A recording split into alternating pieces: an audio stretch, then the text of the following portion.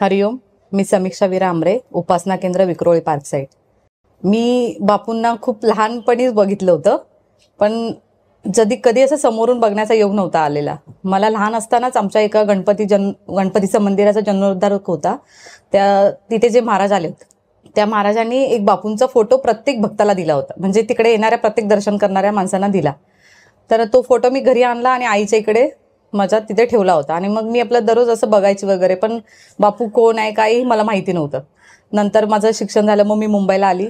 तर माझे काका काकी बापू भक्त होते, तर मी त्यांच्याकडे राहायची. मग माझं मराठीतून शिक्षण होतं, संस्कृत मला काहीच येत नव्हतं. मग मी बापूकडे जायला लागली, तेव्हा रामरक्षावरती प्रवचन चालू होतं बापूचं.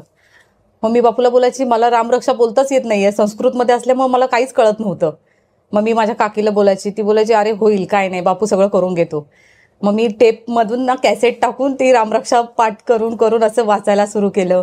मग मी बापूला बोलायचे, बापू सगळे कसं वाचतात बोलतात तसं मला बोलता आलं पाहिजे, मला वाचता आलं पाहिजे. मग मी हळूहळू सगळे पुस्तकं घेतली, हळूहळू वाचायला सुरू केलं. मी कामाला जायची विरवानी इंडस्ट्रीमध्ये. तिथे मी जाताना मला असं दररोज वाटायचं की कधीतरी मला बापूचा फोटो दिसावा, मग मी लगेच हरिओम बोलायची, असं माझं व्हायचं. नंतर लग्न झालं माझं, आणि लग्नानंतरचा माझा हा सर्वात मोठा अनुभव होता की लग्नानंतर पण मी कधी असं जास्त बापूकडे जात नव्हती, फक्त कधीतरी गुरुवारची जायची असं. पण मी उपासना डेली करायची.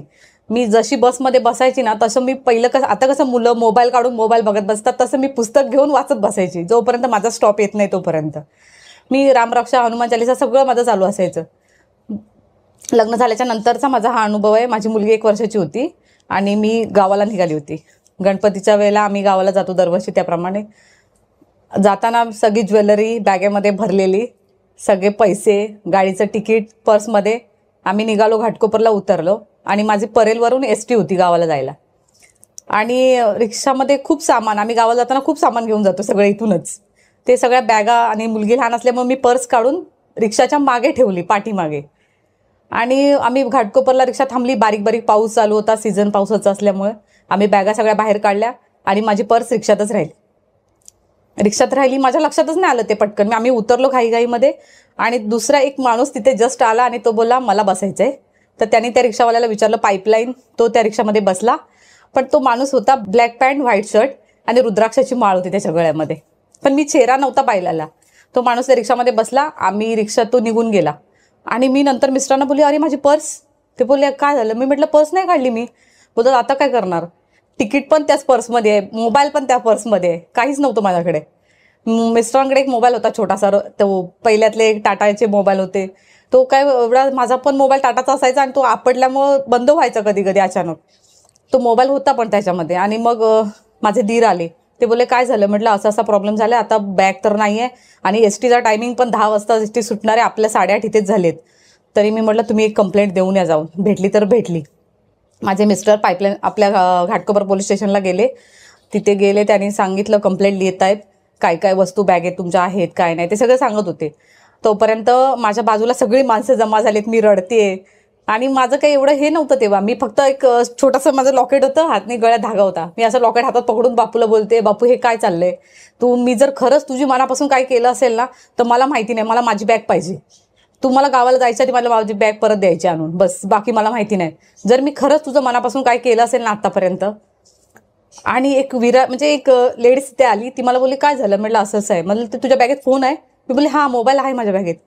तिने मला तिचा मोबाईल दिला, पण मला माझा नंबरच आठवत नाहीये डायल करायला. मी काय डायल करू?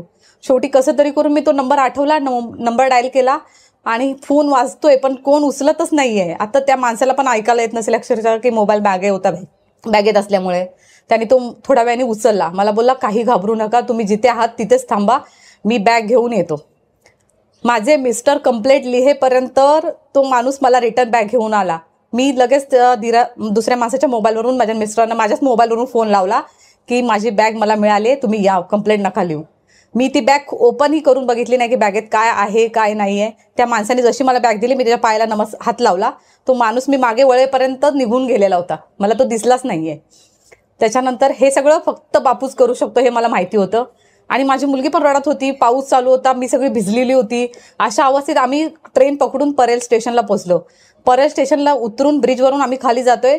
त्या ब्रिजच्या खाली बापूचा एक सगळं अंधार आहे, टॅक्सीवाले उभे आहेत, फक्त अंधारामध्ये एक फोटो फक्त बापूचा होता, आई बापू दादांचा तिघांचा असलेला एक फोटो, त्याच्यामध्ये एक छोटीशी लाईट आणि तो फोटो दिसतोय फक्त मला, बस बाकी काही नाही.